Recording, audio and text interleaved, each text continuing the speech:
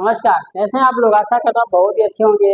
और आज आपको एसएससी की कोचिंग में आपको कुछ बहुत ही बेस्ट टॉपिक बताने जा रहे हैं जो हो सकता है जिंदगी में बहुत काम आए। हम ये बताना चाहेंगे कि अगर हर बच्चा कोई तैयारी करना चाहता है और चाहे एसएससी हो, जिस भी चीज़ के बारे में तैयारी करना हो तो उसके बारे में जानना जरूरी होता है। अक्सर एसएससी की तैयारी करने वाले बच्चे गलती क्या कर देते हैं ये मैं बताऊंगा। दूसरी बात, हमें तैयारी किस तरीके से करना चाहिए, क्या क्या ध्यान में रख के तैयारी करना चाहिए, ये सबसे इम्पोर्टेंट बात रहता है। अक्सर लोग क्या करते हैं, बच्चे यही कोशिश करते हैं कि वैकेंसी आए तब मैं तैयारी करूं, वैकेंसी आए तब मैं तैयारी करूंगा।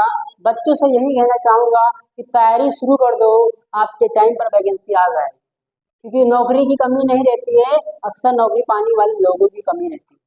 ठीक, तो एसएससी की अगर बच्चा को तैयारी करना चाहता है तो एसएससी की तैयारी के लिए सपोज दे एक नॉर्मल जीरो बच्चा है जो कुछ नहीं अभी तक कंपटीशन नहीं तैयारी किया है, ठीक है, तो ये भ्रम में से निकाल देना कि आप एक मंथ या 2 मंथ तैयारी कर लिया, 3 मंथ तैयारी कर लिया, आप गवर्नमेंट नौकरी पा जाओगे। इस भ्रम में कभी मत रहना बेटा। सबसे इम्पोर्टेंट ये बताना चाहेंगे, क्योंकि सफलता जब तक आपको एक दिन में नहीं मिलती लेकिन एक दिन अवश्य मिलती है।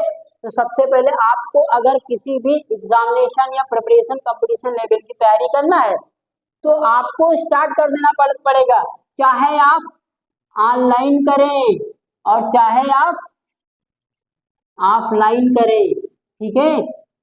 लेकिन आपको कोचिंग एसएससी रेलवे की जो भी एसएससी वगैरह की तैयारी करना है तो ऑनलाइन भी होगा और ऑफलाइन भी होगा, जैसा भी आप कर पाए बेटर रहेगा।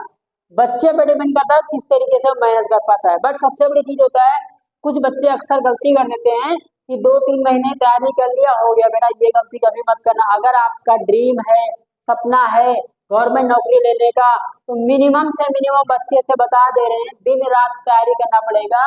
3 से 5 साल आपको देना पड़ेगा, 3 से 5 साल आपको देना पड़ेगा।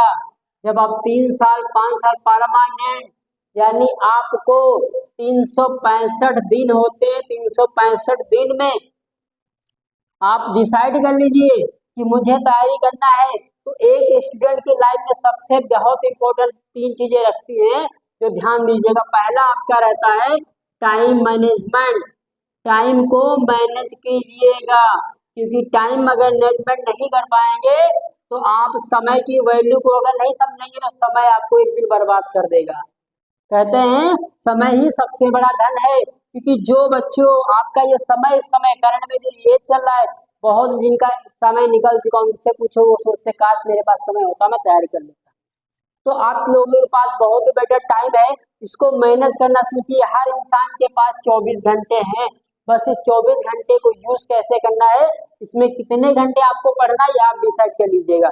अगर मिनिमम देखा जाए तो एक स्टूडेंट को 10-12 घंटे पढ़ने की जरूरत नहीं है। अगर वो 8 घंटे पढ़े और 8 घंटे सोए, बस 8 घंटे वो कोई भी मस्ती इंजॉयमेंट जो भी सीखना है वो सीखे, सिर्फ 8 घंटे ही वो रेगुलर दे दे टाइम, बहुत इंपॉर्टेंट है। दूसरी बात मैं बता देता हूँ, पहला टॉपिक ये रहा। दूसरा टॉपिक ये रहता है, सबसे बड़ी चीज क्या होता है, आपको देना पड़ेगा प्रियोरिटी, यानी प्राथमिकता। जितना प्राथमिकता आप उसको देगो। बच्चों ने कोर्स तो ज्वाइन कर लिया, एसएससी की कोचिंग तो ज्वाइन कर लिया, बट बेटा आप तैयारी कितना करते हो, इसको प्राथमिकता कितना देते हो। आप हर बच्चा यूट्यूब चलाता है, हर चीज पढ़ता है, देखता है, इंस्टाग्राम फेसबुक वगैरह में टाइम मत बर्बाद करना। आपको अपने करियर के लिए उस चीज को प्राथमिकता देना पड़ेगा।